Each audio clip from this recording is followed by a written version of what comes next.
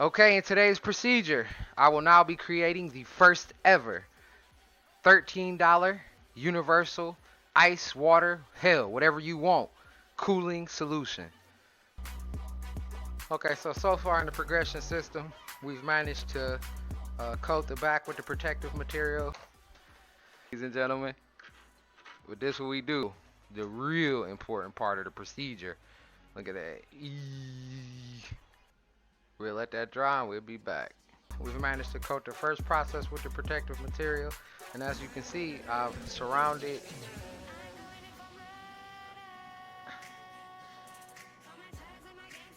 the CPU with more of it in order to make kind of a slanted inclined effect, almost like a funnel around the base of the processor to keep the liquids out and at the same time pouring in. This way it'll overflow from the center to the outsides. I'll next be creating a dam to separate the water from pouring into the rest of the board as an added measure of safety precaution, but only to the height of which the processor will be cooled. So the dam only gonna come as high as around the processor.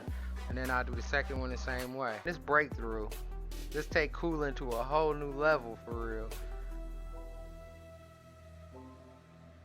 This method to go for.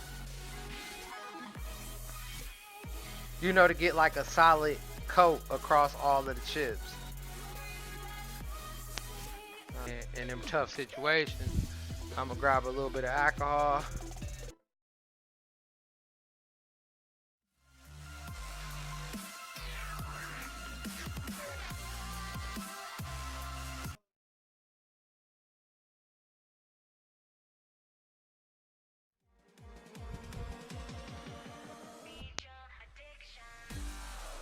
So this is the progress up to now.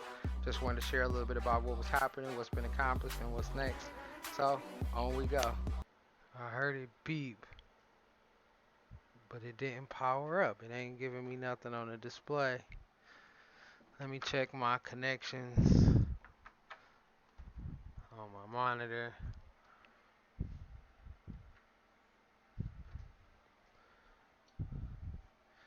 I believe it's that RAM stick that we had trouble with before. And if that's the case, I just have to remove it. It's really no problem. Processor's still pretty cool. This one hot. Alright, so I ain't making good contact to the surface of the coolers. Yes, picture. Okay, so it does indeed work. Okay, that's the first thing that I wanted to display. Oh, so it was loading the new RAM amount. Okay, so like I said, the RAM was just loose. That's why I didn't seal these up yet, just to make sure.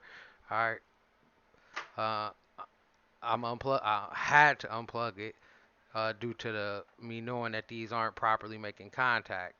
This could overheat the processor. So this one is, yeah, they both really hot. Okay, so these connections that I'm using aren't working efficiently, but the computer does boot. Okay, so next I'm gonna try to solve the problem of finding something that properly sits on these coolers.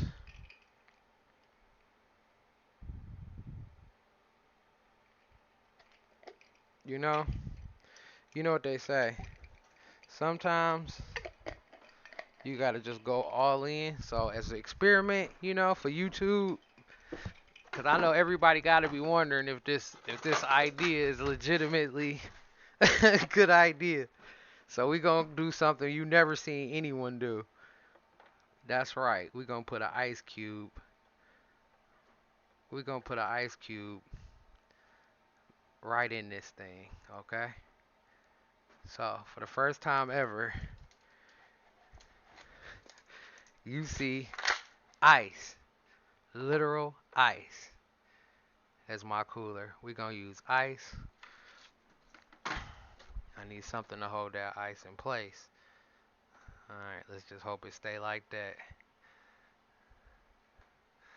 Alright, so that's ice.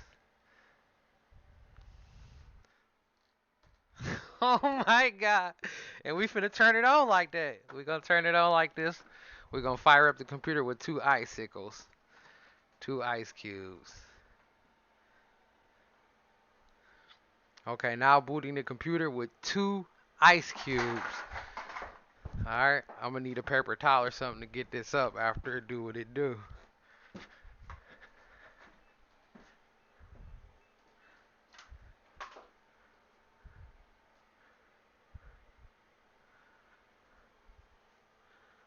Remember what you seeing here, ladies and gentlemen. You saw it here first. A computer booting, a computer booting with 2 ice cubes as it's cooling. That can only be done using this method that I've used with this, uh, with these, with this fluid that just so happens to efficiently hold water in place. Um, and just as a precaution, you see it's still there. You see how the water catches instead of going down into the board. This is what we want to see. All right, just concept proven kind of deal. Just wanted to show you. I'm gonna unplug it now until I find something that'll stay in position. So that's my proof of concept for what I believe can be a great idea. Uh, I know this is so wild to a lot of you. But I'm trying to come up with new ways of doing things. That's what I like to do. All right, so anybody can pretty much do this for affordable 40 bucks. It costed me 40 bucks in total. All right, ice is pretty much free. I am going to develop some other kind of chamber to support ice or whatever I want to cool it with. And I'll be showing you guys that a little bit later. You can catch that live on the stream. Actually, we're going to be doing a lot of different tests with what this thing can work with. What is it actually capable of? How much is the water tolerance actually capable of? If you enjoyed the video, don't forget to leave a like, a subscribe. It really helps in the growing of my channel. I appreciate it. And we'll catch you on the next one.